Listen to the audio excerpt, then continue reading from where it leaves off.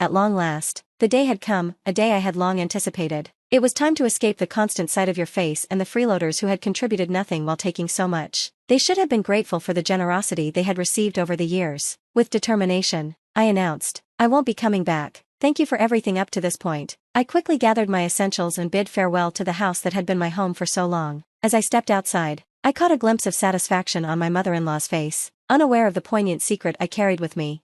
I am Megan, 35 years old, working remotely from home. I've been married to Charles for 6 years. Our marriage faced challenges in its 5th year when Charles's once healthy father fell seriously ill, requiring constant care. Initially reluctant to move in with my in-laws, I agreed out of necessity. Charles was their only family member capable of providing support, though I considered quitting my job to care for his father full-time. My company allowed me to continue working remotely, recognizing my strong performance.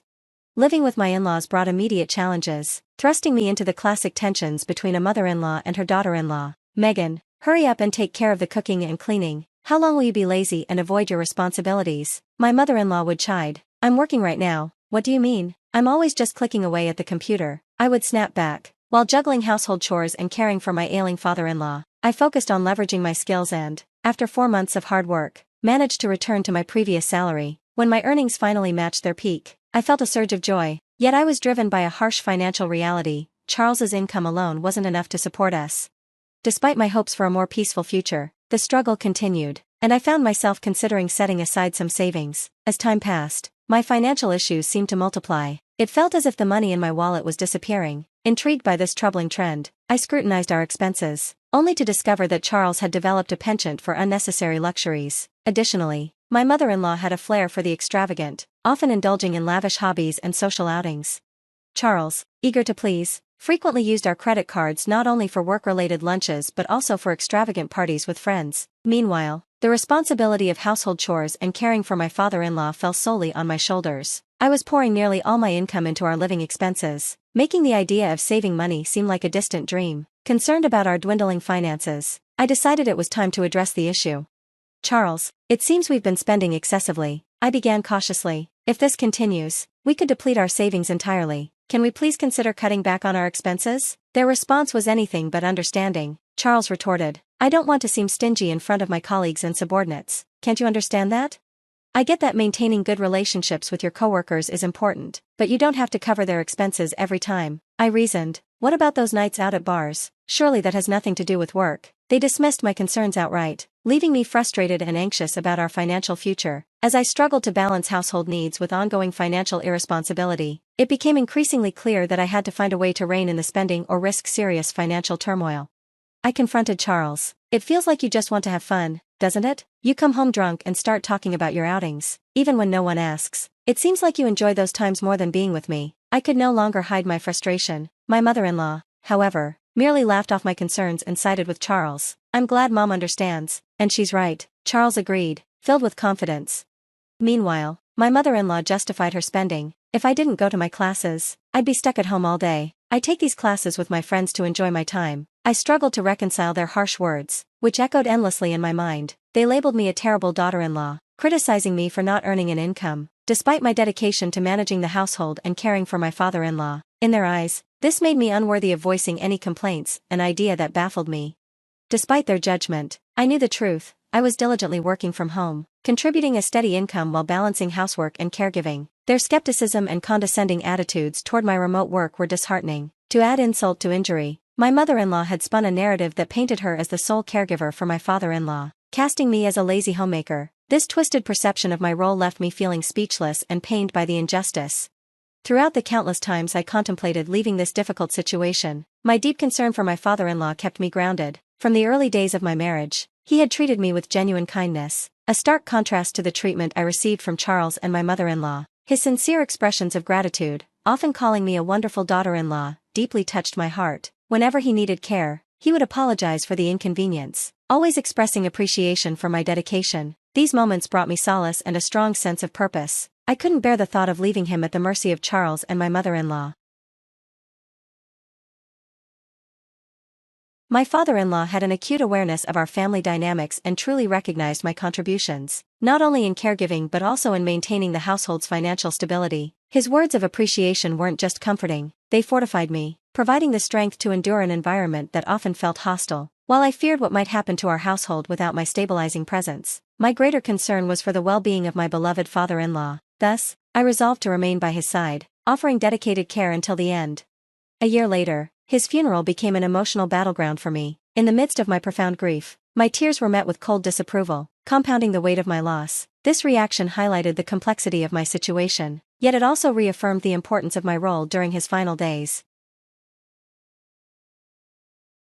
"Why are you crying so much, Megan? He's gone now. Isn't it natural to mourn like this?" I was questioned. My response seemed to irk my mother-in-law even more. She accused me of implying that she had never cared for him. However, the truth was quite different. She had largely been absent in his caregiving. Her focus on hobbies and frequent social outings meant the bulk of the responsibilities fell squarely on my shoulders.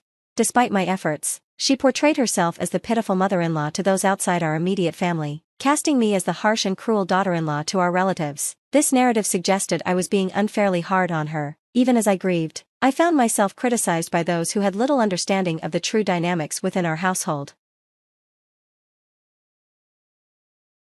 Out of frustration, I began to distance myself from my relatives, a shift that Charles quickly noticed. He confronted me, saying, "You embarrassed Mom in front of everyone." I was taken aback by this accusation. "That doesn't make any sense," I replied. "I was simply crying over the loss of my father-in-law." "But your mom found it strange how much you cried." "I never said she didn't care for him at all. I was just expressing my sorrow for someone I deeply loved." As our argument escalated, Charles accused me of insulting his mother and suggested that if my grief upset me so much, I should reconsider my actions. I defended myself, insisting that my tears were solely for my father-in-law, whom I cherished, not a critique of anyone else. After his passing, the tension between Charles and me intensified, culminating in a fierce argument that required intervention from our relatives to diffuse. In the aftermath, I chose to remain silent towards Charles as the funeral proceedings continued. Shortly thereafter, a lawyer arrived to discuss the will and the distribution of the estate. "I'd like to review the contents of your late father's will," the lawyer began. "First, to his wife and daughter-in-law Megan, he has left half of his cash assets to each of you. To his son Charles, he has left the family land and home."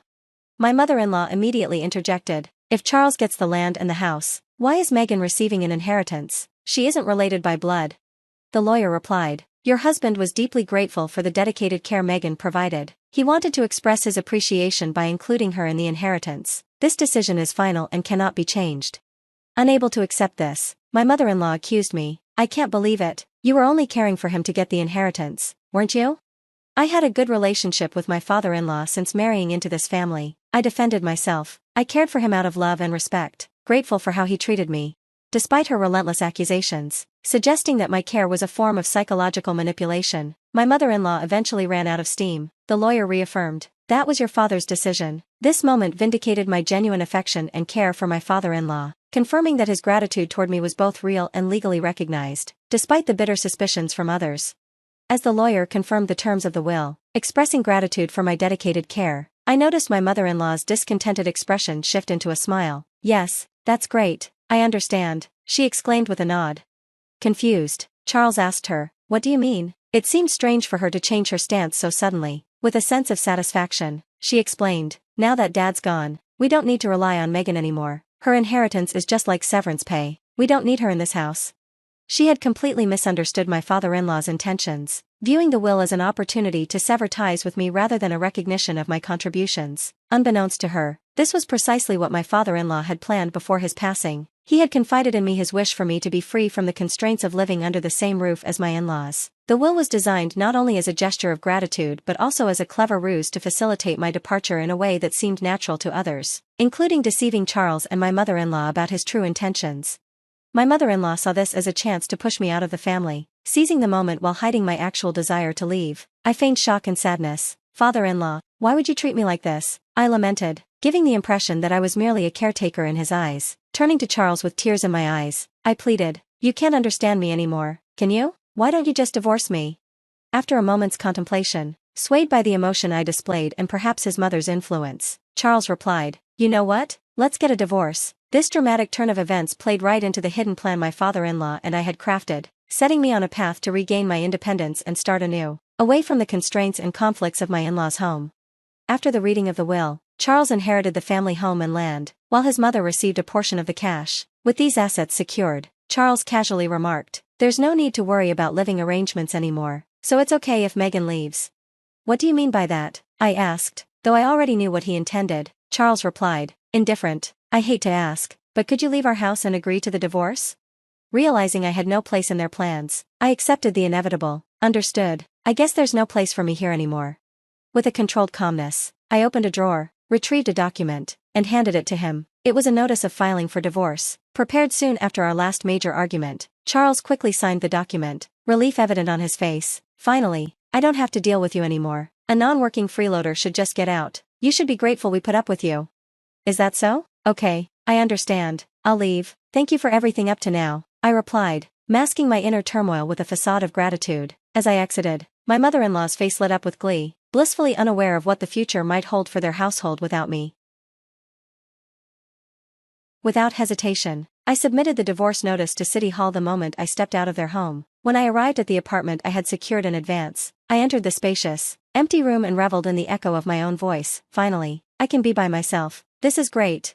Overwhelmed with joy, I embraced my newfound freedom, liberated from a marriage that had become increasingly stifling. Here, in this fresh space, I could start anew, embrace solitude, and rebuild my life on my terms. I owed a deep gratitude to my late father-in-law for devising a clever plan that enabled my escape from the oppressive environment of my in-laws' home.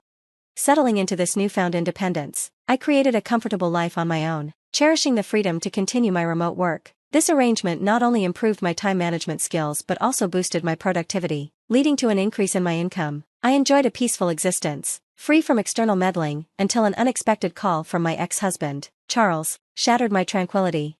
It had been a while since we last spoke, and I was taken aback. Why are you calling me, Charles? Weren't you the one who wanted me out of your life? I asked.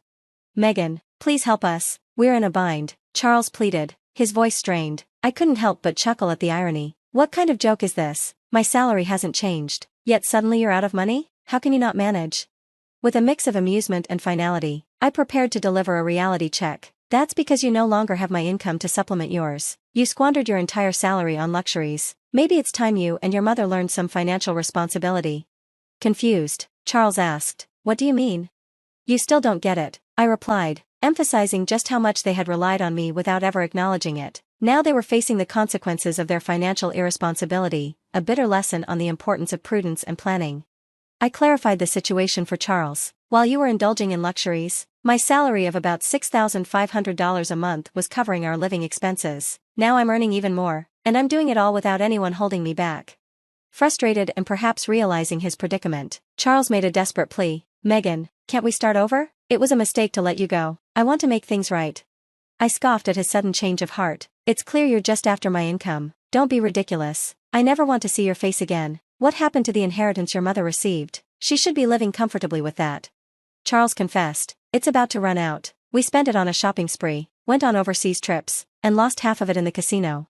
Unmoved, I shot back. A foolish mother breeds a foolish son. I have nothing more to say to you. I'm a stranger now, and I can't help you, nor do I want to.